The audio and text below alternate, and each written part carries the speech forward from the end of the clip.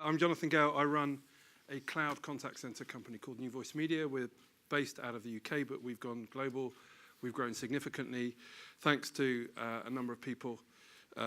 Somebody who was previously in the room, John, who was sat here on the sofa. He's one of our growth-based investors. We've got global ambitions, and we've gone after the market on a global basis hard. So we've raised quite a lot of money and deployed it wisely to grow the business. And I'll just talk a little bit about the market that we do. So the traditional on-premise players that we compete with are companies like Cisco, Avaya, and Genesys, who would provide large, predominantly telephony switches or multimedia switches that companies would put in their contact centers, where they had big groups of people handling high volumes of inbound inquiries, calls, emails, live chat sessions, or equally they might have sales teams making high volumes of outbound inquiries. So that's the on-premise market that we're competing against.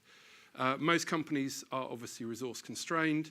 The volume of inbound inquiries particularly can be quite seasonal and can vary, and because of the standard economics, most companies can't afford to employ enough people to cope with the peaks of the traffic that they're going to get. That results in long wait times in terms of handling either voice calls or other channels, and that results in a poor customer experience. And that particular use case is the one that we've focused in on. So you will have all at one point or another called a contact center, and you will have heard the great phrase, "Your call is important to us, please hold." Can you put your hand up if you've heard that at some point in your life? Yes, it's good to know that even venture capitalists have to deal with the outside world. So your call kind of is partially important to people, but the key thing is that they don't actually have enough agents to talk to you at that particular time. Now, where we specialize is not necessarily in helping people hire more of those people or providing outsourced services as an overflow. We really specialize in technology, which allows them to get the same or more, a lot more out of the existing resources. And the world has changed quite a lot in that regard. And if you look at what's available now from companies like us and the other growing CCaaS, contact center as a service companies, there's all sorts of clever technology which allows you to route, prioritize those calls, those inquiries, those emails, understand also the web journey that people have been on, understand a little bit about their background, their profile, their buying preferences. Really, with the growth of machine learning and AI, be able to actually work out why they're getting in touch with you in the first place. And so in the old days, this statement used to mean we don't have enough people and we're not prepared to invest in it. But these days it means we haven't invested enough in contact center technology. That means they don't have the capability to route your call. I've focused in on voice here, but it could equally be an email or a chat session effectively.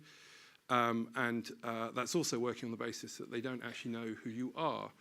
And if they knew who you were, particularly if any of you high rollers were contacting a company and everybody understood that you're a hugely valuable potential or existing customer, then they'd probably want to move you to the front of the queue. And there's no excuses really for not knowing who people are these days. Nobody blocks their CLID anymore. Everybody's email addresses are open and available, and companies are investing very heavily in the systems of record where they keep customer details. So cloud CRM, I'm sure you've heard of a company called Salesforce, and they revolutionized that CRM market. So they're not the only player, they're obviously the key player. As Adam from Fairsail mentioned, we've also worked incredibly closely and ridden off the back of the growth in cloud CRM. So what you have now is you have companies that have records of their customer base, whether it's B2B or B2C. Within those records, they have phone numbers and email addresses. And that data's in a cloud system with a web API on it. And then a company like us, who is part SaaS company, part telco, when we receive the call or the email or whatever it is, we know who it is because people's ID is not hidden. We can cross-reference it with the customer data, and we can drive a better routing decision. We can provide better information for the person who's handling the call. And that's fundamentally it in a nutshell. That's what we do. What's been really interesting about our market is that despite the growth in cloud technologies and things like CRM, the contact center market technology market has been slower to respond, and I think that's because people have been sweating these investments for a very long time. Most on-premise contact centers technology is about 8 years or older now, and so we're seeing this dramatic shift where people are flipping through 1 or 2 generations of technology and going straight from on-premise CRM and on-premise contact center technology straight to companies like Salesforce or people like Zendesk on the service side, and then at the same time they're flushing out their choice of telco provider and contact center provider, and that's where we come in. And it's all really about closing that gap, that what we call the intelligence gap, because in the world of mobile apps, in the world of growing web experience, it's become pretty easier to be a consumer and to self-serve, to find an answer to your problem, to raise a support ticket. But what happens is if you then jump channels, if you then pick up the phone and call a contact center, that journey is lost. That's what we call the disconnect, and we're all about closing that up. So we help companies really get the most out of the asset that they've got, companies that are focused on differentiating through customer experience, through driving customer effort down, through driving NPS up. We've got about 700 customers in total now. Here's a few. We have focused very clearly on how we wanted to be different in the market. Compared with some of our competition, we've never had a hybrid model. We've believed entirely in being pure cloud so that we don't have to put any software boxes or anything inside our customer's premise. And this was hard to do 5 or 6 years ago. Even 5 or 6 years ago, there were challenges when I joined around what you could achieve with a web page interface. That's very different now. We've stuck to our guns on that. We've also stuck to our guns on the fact that in most of those centers, you will find a CRM or an ERP application as a dominant workplace where people sit down and do their work.